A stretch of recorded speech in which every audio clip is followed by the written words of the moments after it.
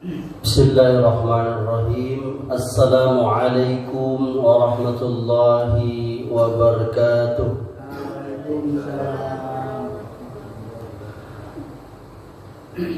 Innal hamdalillah nahmaduhu wa nasta'inuhu wa nastaghfiruh wa na'udzu billahi min shururi anfusina wa min sayyiati a'malina. Man yahdihillahu fala mudilla lahu ومن يضلل فلا هادي له واشهد ان لا اله الا الله وحده لا شريك له واشهد ان محمدا عبده ورسوله صلى الله عليه وعلى اله وسلم.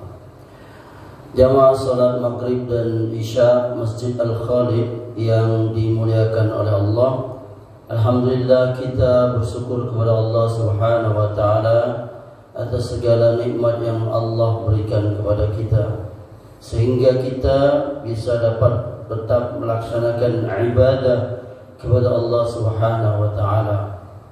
Dan kita telah selesai melaksanakan ibadah salat maghrib secara berjamaah sembari menunggu salat isya. Jamaah tidak pulang dulu sejenak ke rumah setiap Kamis malam atau malam Jumat untuk sama-sama kita mendengarkan ta'lim.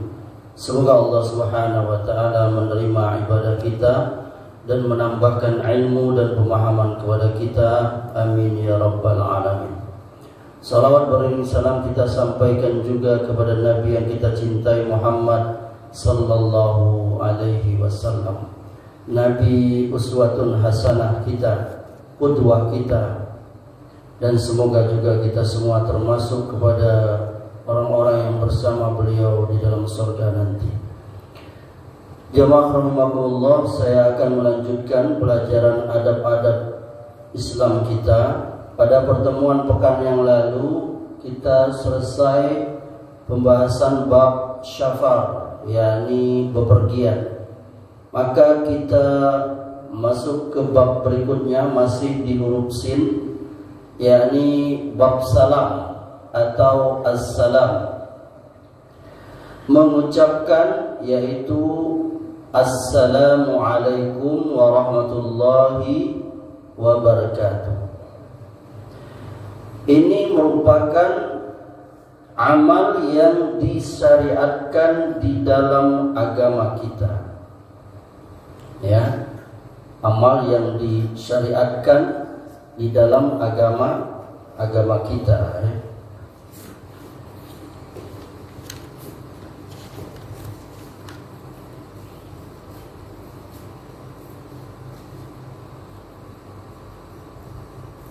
Termaktub di dalam surah An-Nisa ayat 86. An-Nisa ayat 86.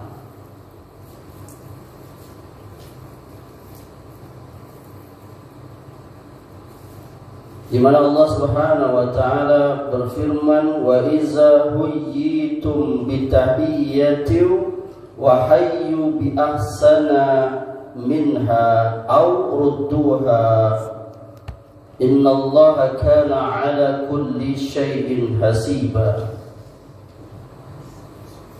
Ya, dan apabila kamu dihormati dengan suatu salam penghormatan, maka balaslah penghormatan itu dengan yang lebih baik, atau balaslah salam itu atau penghormatan itu yang sama dengan yang kamu diberi salam itu.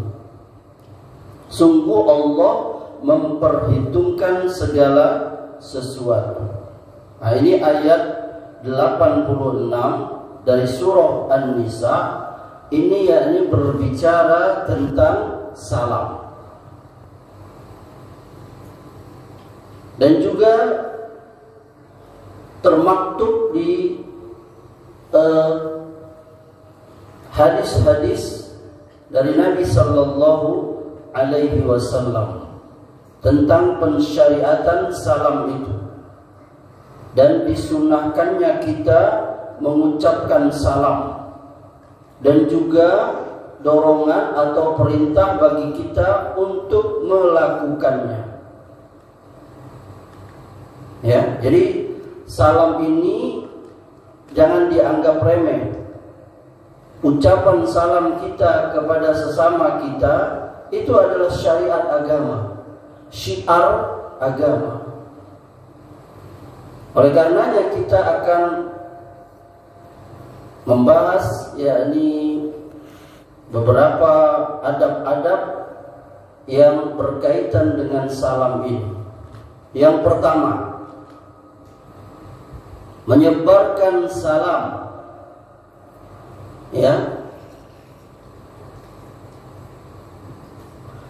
menyebarkan salam dia adalah termasuk perkara yang diperintahkan oleh Rasulullah sallallahu alaihi wa ala alihi wasallam.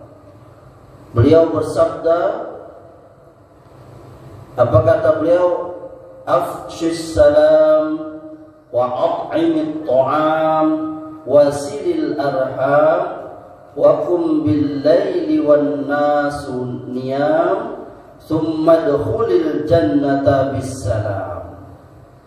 Kata beliau, sebarkanlah salam, berilah makan, sambungkanlah tali silaturahim, dan sholatlah di malam hari ketika manusia tidur, maka masuklah kamu ke dalam surga dengan selamat.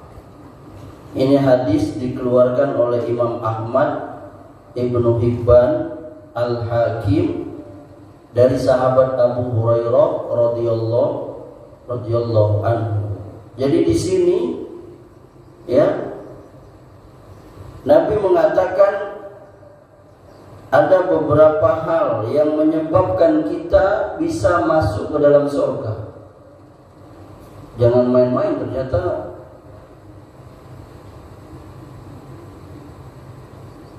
empat hal ini bisa masukkan kita ke surga. Yang pertama, sebarkan salam, yakni ucapan assalamu alaikum dan seterusnya.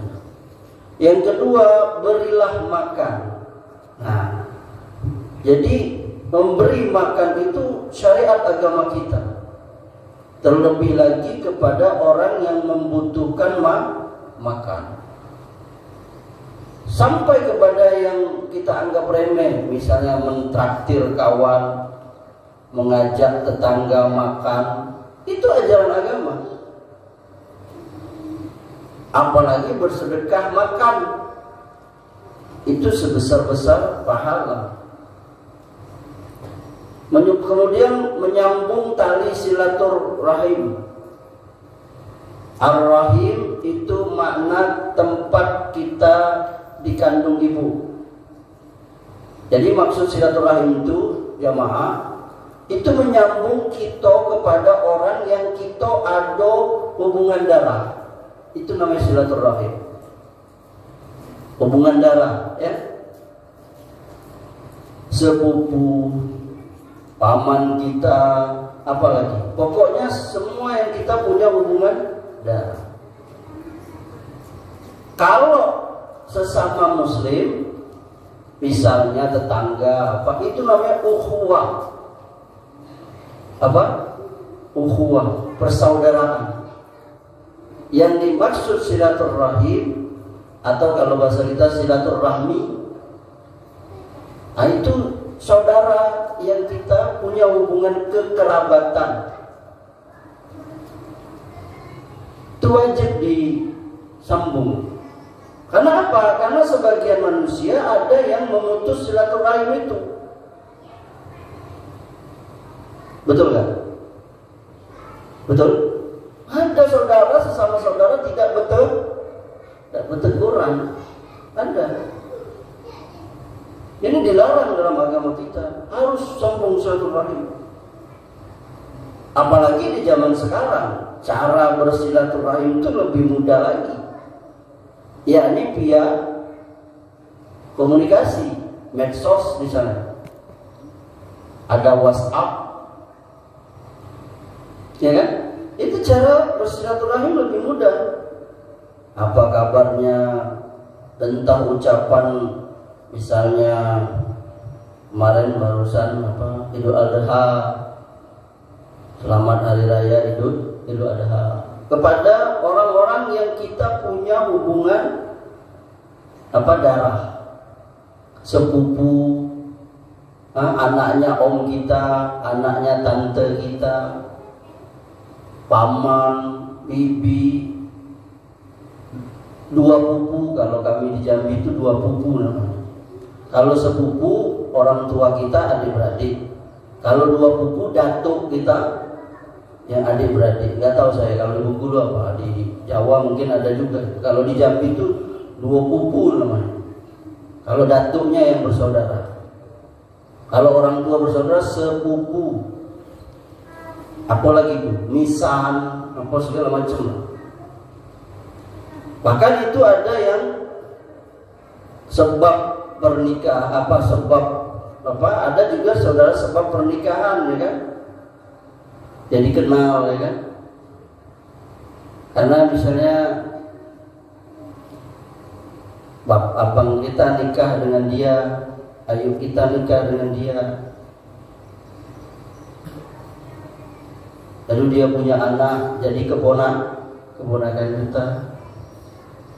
Nah itu semua diperintahkan oleh Nabi untuk disambung.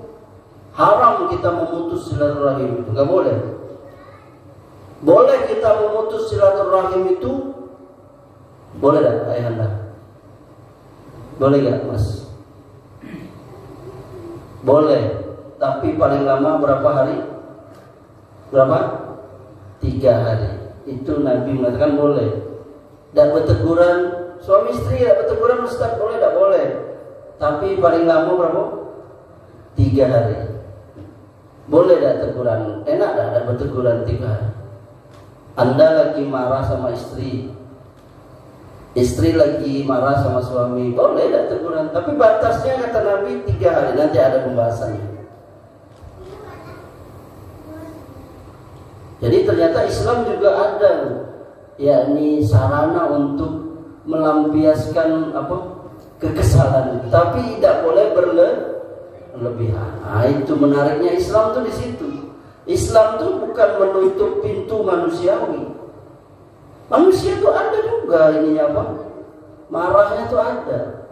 Kita bukan tiang listrik yang dipukul oleh orang ronda berkali-kali, tidak marah dia. Kita punya hati, punya jiwa yang dia bisa kita atur. Nggak mungkin seseorang nggak marah, tapi oleh Allah diatur, oleh Rasul diatur. Boleh kamu marah, tapi 3 hari aja. Lebih dari itu nggak boleh, berdosa. Nah ini sebagian orang nggak paham. Ada yang berhari-hari, berbulan, bahkan bertahun itu tidak bertegur sampai saudara. Saya baru kemarin nonton di Instagram, saudaraan itu di rumah nggak berteguran berapa tahun, 4 tahun lah, sampai Lebaran kemarin oleh ibu sama bapaknya disuruh damai. Saya sempat nonton, ya Allah ini anak. Dari dia sejak SMP atau sampai kuliah lupa saya. Itu abang sama adiknya itu. Nah, lihat itu. Kemudian waqum bil laili wan nas niyam. Salatlah di malam hari ketika manusia tidur. Nah, yakni salat malam. Salat tahajud. Nah, ini bisa menyebabkan orang masuk surga. Nah, ini persoalan salat malam ini mungkin beberapa orang bisa melakukannya dan hukumnya sunnah muakkad. Ya, Nabi SAW sebelum datang perintah sholat 5 waktu, beliau melakukan sholat malam. Wa minal laili fatahajjad bihi nafilatan lak asa ayyab'asaka rabbuka maqaman mahmuda. Dan pada sebahagian malam hari kata Allah, bangunlah kamu untuk melaksanakan sholat tahajud. Mudah-mudahan Allah mengangkat kamu ke tempat terpuji. Nah itu sepertiga malam yang akhir kalau seseorang mampu. Dan Nabi SAW beliau tidak pernah meninggalkan yang namanya sholat witir, baik waktu safar, perjalanan, atau mukim, apalagi mukim. Apa itu sholat witir? Sholat ganjil itu ya, minimal 1 rakaat. Boleh kita lakukan juga sebelum tidur. Ada seorang sahabat Nabi SAW, Muawiyah bin Abi Sufyan, beliau tidak pernah meninggalkan sholat witir, yakni sebelum tidur 1 rakaat. Ya, maka dari pemahaman para ulama, sebagian yang menganggap lebih utama yakni tidur dahulu baru kita bangun. Di sebagiannya, bagaimana Ustaz kalau kita tidak bisa tidur sampai malam? Boleh tidak kita sholat malam? Boleh. Jadi tidur dulu itu hukumnya hanya sunnah saja. Mungkin ada orang yang insomnia, gak bisa dia tidur ya kan, sampai jam 2, sampai jam 3 anak subuh ya kan. Maka dia sholat malam gak apa-apa. Jadi keharusan tidur terlebih dahulu lalu bangun itu hanya sunnah. Rasulullah bersabda, at'imut ta'ama wa afsus salam tuwarrasul jinan. Berilah makan, sebarkan salam, pasti kalian dapat surga.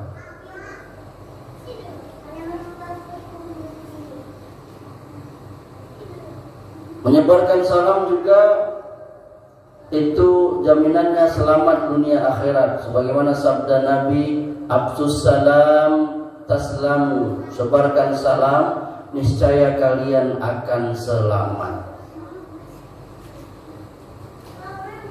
Salam juga kedudukan yang tinggi di dunia akhirat. Kata Rasulullah, afsus salam kaita'lu, sebarkan salam agar kalian dapat kedudukan yang tinggi.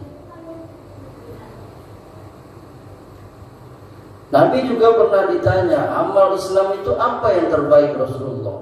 Kata beliau, engkau memberi makan dan mengucapkan salam, baik kepada orang yang engkau kenal maupun yang tidak engkau kenal.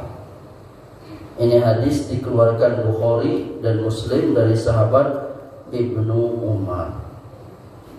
Jadi menyebarkan salam jamaah termasuk di dalamnya memulai ucapan salam maupun menjawab salam kepada orang yang mengucapkannya. Ingat jamaah, menyebarkan salam ini dapat menyebabkan tersebarnya cinta dan kasih sayang di tengah masyarakat muslim. Saya pribadi itu miris sekali. Kadang kita kasih salam dengan orang, Assalamualaikum, dijawabnya yo. Iya benar ini. Kenapa? Boleh jadi karena dia nggak apa, atau jawab ujungnya lam. Ada sebagian lagi kaum muslimin yang ucapan salamnya itu kayak nggak sungguh-sungguh, mekom. Jadi benar-benar dilafaz assalamualaikum. Anak-anak kita ini, ya, ini kalau diajar dia dari sekarang assalamualaikum, itu terbiasa dia. Itu di zaman sahabat itu jamaah, itu ada sahabat berdua di jalan, dia berdua di jalan, lalu dia terpisah pohon. Lalu ketika ketemu lagi dia salam lagi, assalamualaikum. Coba kita praktekkan di rumah kita. Istri kita langsung ngomong apa? Salam terus. Padahal kan dia nggak tahu apa itu doa loh. Apa artinya assalamualaikum tuh ayahanda? Semoga engkau selamat. Assalamualaikum, semoga engkau selamat. Warahmatullah, semoga engkau dapat rahmat Allah. Wabarakatuh, semoga engkau dapat barokah dari Allah. Lihat doanya itu, Masya Allah. Kita jawab waalaikumsalam, semoga kau juga selamat wahai suamiku. Warahmatullah, semoga engkau dapat rahmat juga suamiku. Wabarakatuh, semoga engkau dapat. Itu artinya tuh. Boro-boro itu di HP, ya kan? Di HP, halo, halo.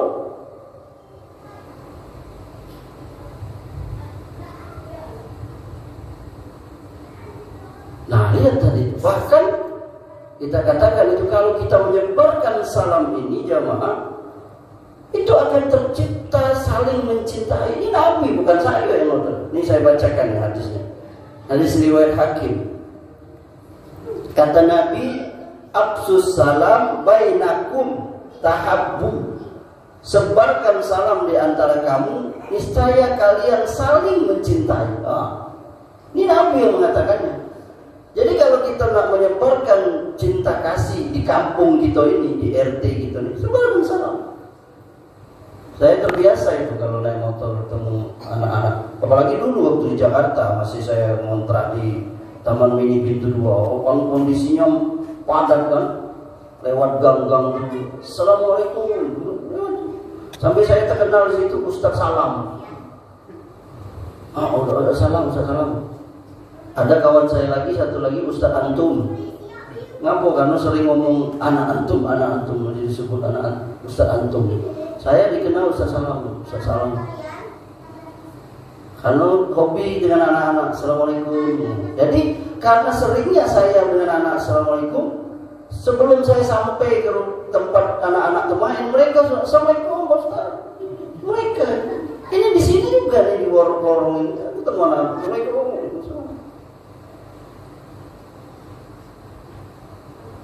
Karena kita mendoakan mereka apa?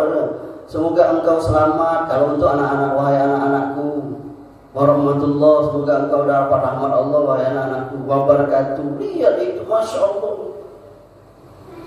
Apa kata Nabi lagi jemaah? Wallazi nafsi biyadihi la tadkhulunal jannata hatta tu'minu wa la tu'minu hatta tahabbu. Awala azullukum ala syai'in iza fa'altumuhu tahabbabtum absus salam bainakum. Kata Nabi, demi jiwaku yang berada di dalam genggaman Allah, kalian tidak akan masuk surga sampai kalian beriman. Kalian tidak akan beriman sampai kalian saling mencintai. Maukah kalian aku tunjukkan sebuah amalan yang kalau kalian melakukannya pasti kalian akan saling mencintai? Langsung Nabi jawab, sebarkan salam di antara kalian. Nah, ini hadisnya dikeluarkan oleh Imam Muslim dari sahabat Abu Hurairah radhiyallahu anhu. Jadi nyebarkan salam ini dapat cinta kasih. Boleh jadi kita bermusuhan jamaah selama ini karena tidak tersebarkan salam di antara kita. Orang malu menyebut salam itu. Orang malu. Malu menyebut salam itu jamaah. Sebagian orang masuk ke rumah tetangganya nyelonong aja. Dia nggak tahu, siapa tahu tetangganya lagi gak baju. Ini adab dalam Islam ini. Bahkan di dalam rumah saja di surah An-Nur, Anda bisa buka di surah An-Nur. Allah mengatur tuh anak-anak kita mau masuk ke kamar itu, kata Allah disuruh ngetok dulu. Bahkan ada waktu-waktu yang anak itu dilarang masuk ke tempat orang tuanya. Ini adab. Tapi sebagian kita nggak paham itu, apalagi melakukannya. Nanti akan kita masuk lagi itu bagaimana hukum menyebutkan salam kepada non-muslim. Apalagi sekarang mulai digiatkan untuk memberi salam, salam bukan salam Islam.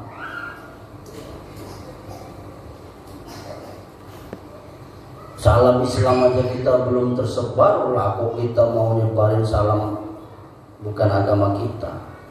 Karena salam itu masuk ke syariat agama. Sedangkan syariat agama itu apa? Lakum dinukum waliyadin. Itu syariat agama. Kalau masalah duniawi boleh kita. Cukup itu ayat qul ya ayyuhal kafirun la a'budu ma ta'budun wala antum 'abiduna ma a'bud wala ana 'abidun ma abadtum wala antum 'abiduna ma a'bud lakum dinukum, untukmu agamamu. Sebenarnya nggak susah, dulu juga kita biasa aja. Kok sekarang jadi susah dulu? Seolah-olah takut aja. Gak ada negeri yang seperti Indonesia ini yang aman. Penduduknya 80 sekian persen muslim, tapi non muslim aman. Lihat negeri yang Islamnya minoritas itu habis. Apa kemarin? Myanmar apalah. Sampai saat sekarang kan ada yang melarikan diri kemana? Aceh. Islam nggak aman gitu. Biasa aja itu. Kita dalam Islam nggak boleh maksa agama. La ikraha fid din. Di dalam negara juga bineka tunggal ika. Di Jakarta gereja katedral di samping, di seberang Istiqlal. Di Bengkulu banyak lagi masjid tebing, biasa aja, nggak ada. Nggak boleh kita ganggu mereka, nggak boleh kita menghina agama mereka, nggak boleh. Tetangga bantu, kalau dia sakit bantu, kalau dia minta bantuan kita bantu. Selama dalam masalah dunia boleh jual beli, utang piutang, apalagi tolong menolong. Tapi kalau masalah agama, itu tidak boleh.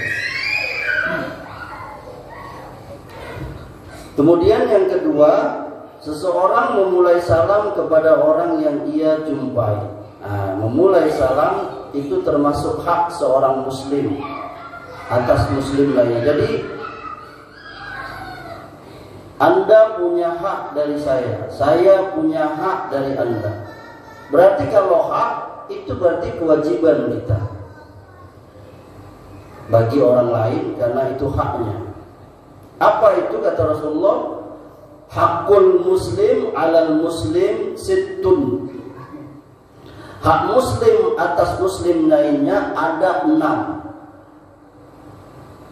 Iza laqitahu fasallim alaihi. Salah satunya dari 6 itu, kalau engkau berjumpa dengannya maka ucapkan salam kepadanya. Itu hak muslim atas muslim. Nanti ada yang 5-nya itu, kalau dia sakit kita jenguk, kalau dia ngundang kita datang, kalau dia meninggal kita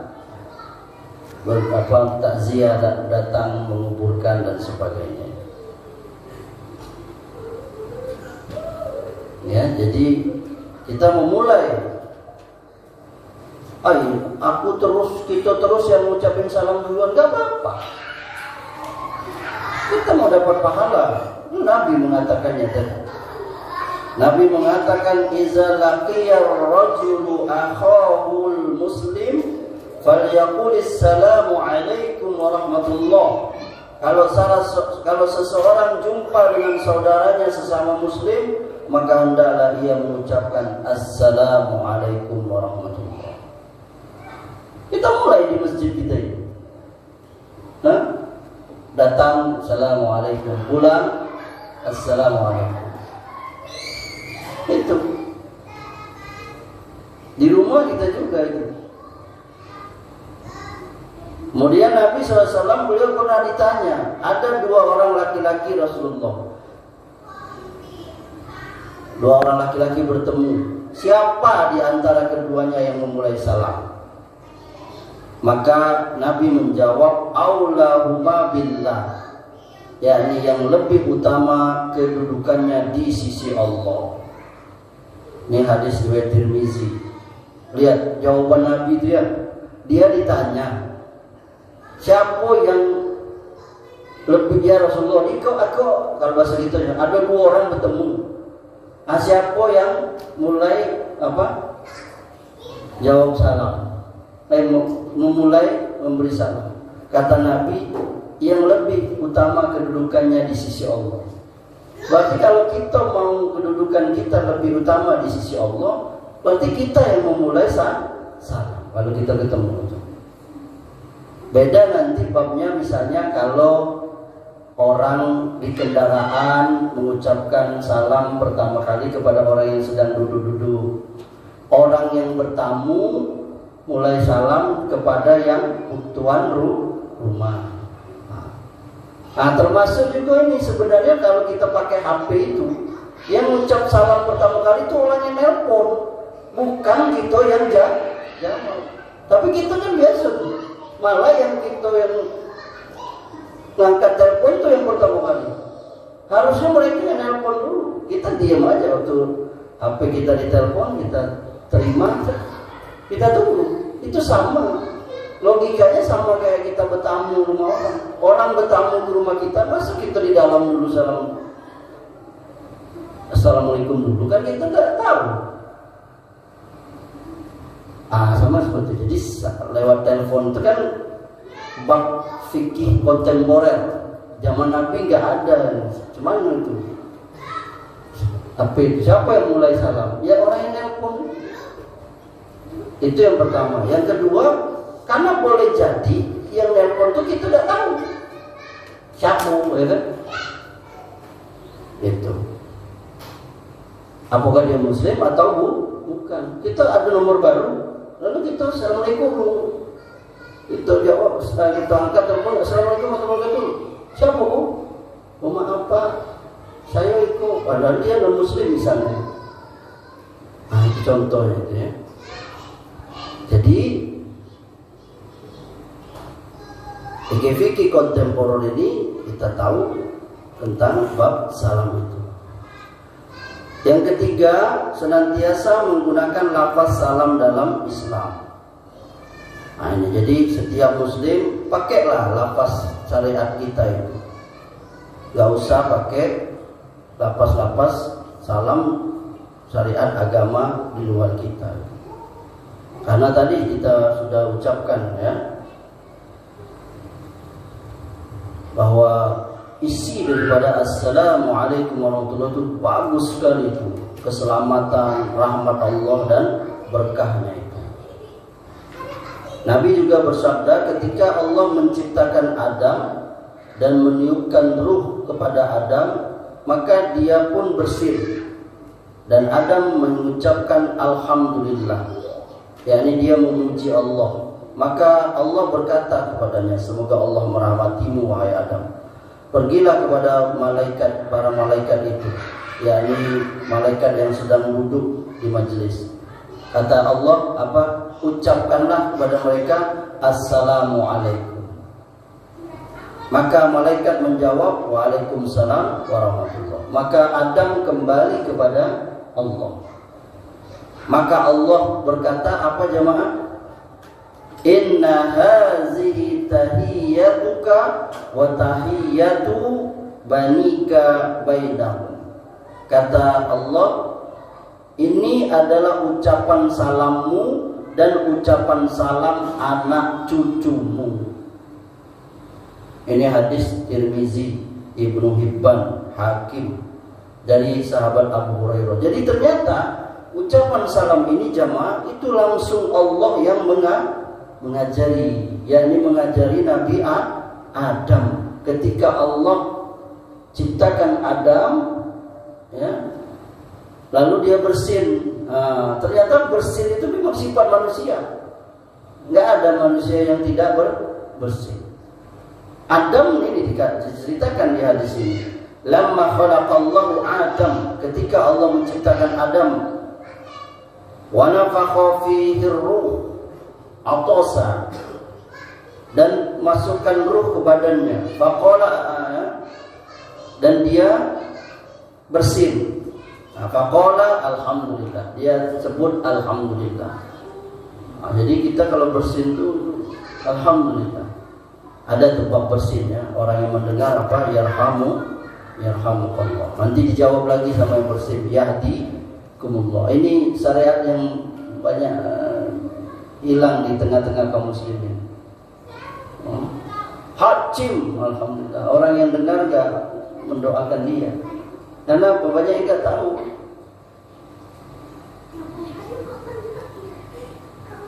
Yang keempat, berusaha mengucapkan salam dengan sempurna. Jadi siapa yang mengucapkan salam lebih sempurna itu lebih besar pahalanya. Itu lebih bagus. Pernah suatu ketika Nabi sedang duduk jamaah, ada laki-laki pertama datang kepada Nabi SAW, lalu dia ucapkan Assalamualaikum. Apa Nabi bilang? 10. Apa? 10. Lalu datang lagi laki-laki yang kedua, dia ucapkan Assalamualaikum warahmatullahi. Maka Nabi berkata apa? 20.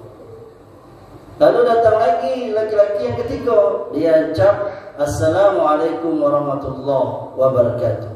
Maka Nabi berkata apa? 30. Yani maksudnya itu Nabi mau memberitahu pahala kebaikan semakin besar atau semakin panjang atau semakin sempurna kita nyebutkan salam, maka pahalanya semakin besar. Ini hadis dikeluarkan Abu Dawud, Tirmizi dari sahabat Imran bin Husain. Nah itu jamaah. Jadi kalau orang nyebut Assalamualaikum cuma dapat 10. Assalamualaikum warahmatullahi 20. Assalamualaikum warahmatullahi wabarakatuh 30. Alangkah besarnya pahala memberikan salam. Yang kelima, menjawab salam bagi yang diberi salam. Kalau tadi yang salam, ini yang kita dapat salam itu. Ini wajib nih. Wajib atas kita seorang muslim, kalau atau jika diucapkan salam kepada kita, kita balas. Mana dalilnya? Itu tadi. Hakul muslim alal muslim khamsun. Hak muslim atas muslim yang lainnya 5. Pertama, menjawab salam, menjenguk orang yang sakit, mengiringi jenazah, memenuhi undangan, dan mendoakan orang yang bersih. Jadi kalau kita dikasih salam, kita jawab, itu hak dia. Kalau ada yang sakit, kita jenguk, itu hak dia. Kalau ada yang meninggal, kita datang mengiringinya, menyolatinya, mungkin ikut menguburkannya, itu hak dia. Memenuhi undangannya kalau dia mengundang kita, itu hak saudara kita. Dan mendoakan yang bersin jamaah. Jadi kalau ada saudara kita di majelis bersin, hajim dia ucap alhamdulillah, maka kita doakan dia, yarhamukallah. Ini syariat seperti ini tidak lagi tersebar di tengah-tengah kita ya.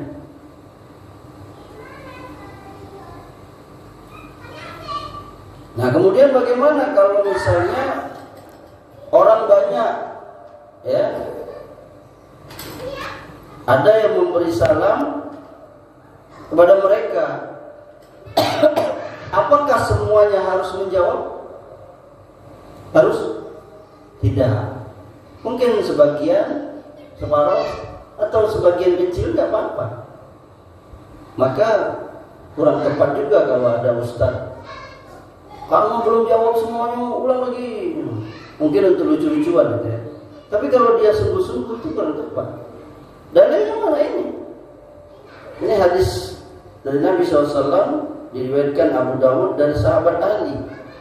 Kata Nabi, yujzi'u 'anil jama'ati iza marru an yusallima ahaduhum wa yujzi'u 'anil julusi an yarudda ahaduhum. Cukuplah salah seorang dari sekelompok orang yang melintas memberi salam. Jadi satu aja sudah cukup. Dan cukuplah salah seorang dari yang duduk menjawabnya. Jadi nggak harus semua. Jadi kalau ada ustaz ulang lagi belum jawab semuanya, kalau dia serius itu kurang tepat. Mungkin dia hanya untuk semangat lucu-lucuan atau apa.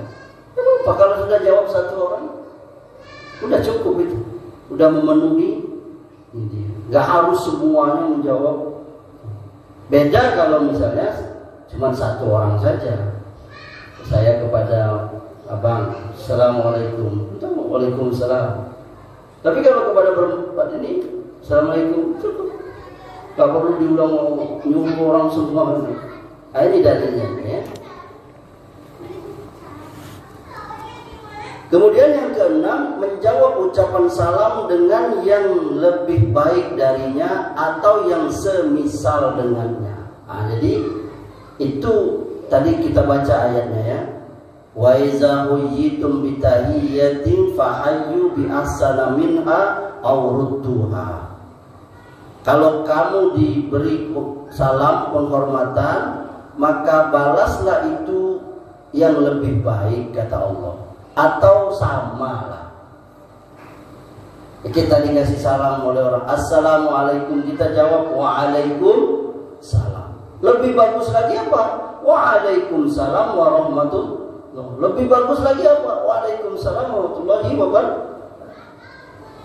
Orang kasih salam dengan kita, assalamualaikum warahmatullahi, kita jawab waalaikumsalam warahmatullahi wabarakatuh.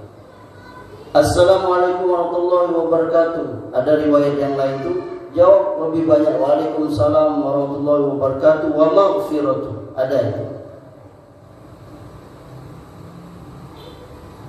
Jadi semakin banyak lengkap bacaannya itu makin sempurna. Nah, begitu pula kita yang menjawab. Kita jawab lebih banyak, lebih baik, minimal sama dengan apa? Sama dengan yang orang memberi salam. Barangkali ini yang bisa kita sampaikan pada kesempatan kali ini. Berapa menit lagi?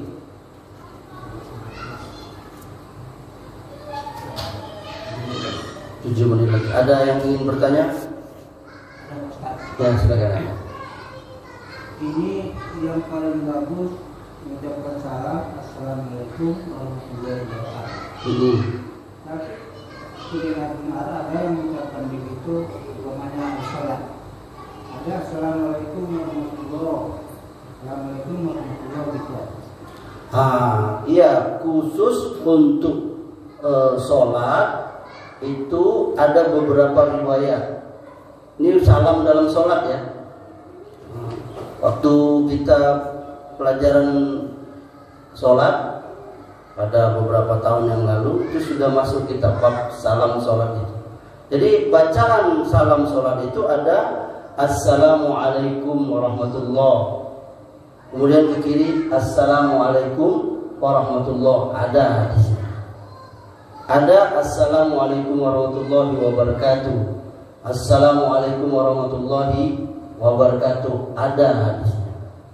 Bahkan ada yang cuma assalamualaikum. Ada juga hadis. Itu ya. Jadi yang mana yang paling bagus? Yang bagus. Kalau melihat yang di hadis tadi, yang paling sempurna, yang paling banyak. Itu. Tapi kalau misalnya saya pertanyaan saya pribadi, kenapa misalnya kalau saya lebih banyak cuman assalamualaikum warahmatullahi wabarakatuh? Karena saya kadang khawatir didahului oleh jamaah. Kadang jamaah ini sebagiannya mungkin karena nggak belajar atau udah selesai dulu, padahal kita belum salam ke kiri. Dia paham nggak maksud saya itu? Karena ada imam itu yang salam itu kayak ngaji gitu. Assalamualaikum warahmatullahi wabarakatuh. Jamaahnya assalamualaikum, assalamualaikum. Duluan aja jamaahnya. Itu termasuk mendahului imam enggak? Termasuk. Nah itu kadang kalau kecuali kalau jamaahnya lah ya mengamalkan semua kan. Sebagian jamaah itu nggak paham, dia sudah mendahului imam. Makanya kalau saya pribadi itu banyak assalamualaikum warahmatullahi, assalamualaikum warahmatullahi. Nah, ada yang kayak imam Masjidil Haram. Kita coba lihat, dia kan dia cepat assalamualaikum, walaupun nanti yang Bilalnya yang menjawab yang keras kan. Dia imamnya assalamualaikum warahmatullahi, dijawab kan Bilal assalamualaikum warahmatullahi, ya kan? Akan timbul lagi fikihnya. Itu kenapa Ustaz? Ya itu karena masjid begitu besar, makanya dia diperlukan ada yang menyambung itu. Tapi sebagian ulama mengatakan sebenarnya itu tidak perlu lagi karena mic-nya sudah sampai. Beda zaman dulu belum ada mic. Dulu taklim begini Imam Ahmad, saya baca riwayat Imam Ahmad. Imam Ahmad, Imam Syafi'i itu kalau ngajar hadis itu kan belum ada mic. Jamaah itu ratusan ribuan orang. Ayanda. Jadi supaya suara Imam Ahmad di depan mimbar ini sampai keluar, itu orang nerusin. Misalnya Nabi Imam Ahmad berkata, "Qala Rasulullah SAW." Nanti ada yang nyebut, "Qala Rasulullah SAW." Dijawab lagi situ, "Qala Rasulullah SAW." Dijawab lagi, gitu, sampai keluar itu. Karena belum ada mic, belum ada toa, belum ada mikrofon. Nanti dia berkata haddatsana fulan, haddatsana fulan, haddatsana fulan, sampai keluar itu.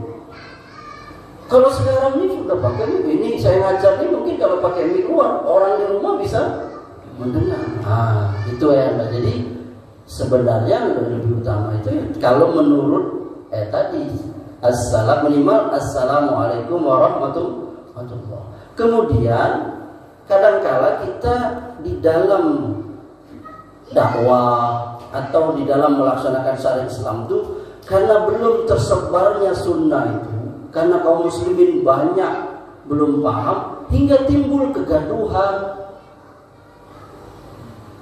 Kenapa? Karena yang salah yang menerapkan kayak saya di sini.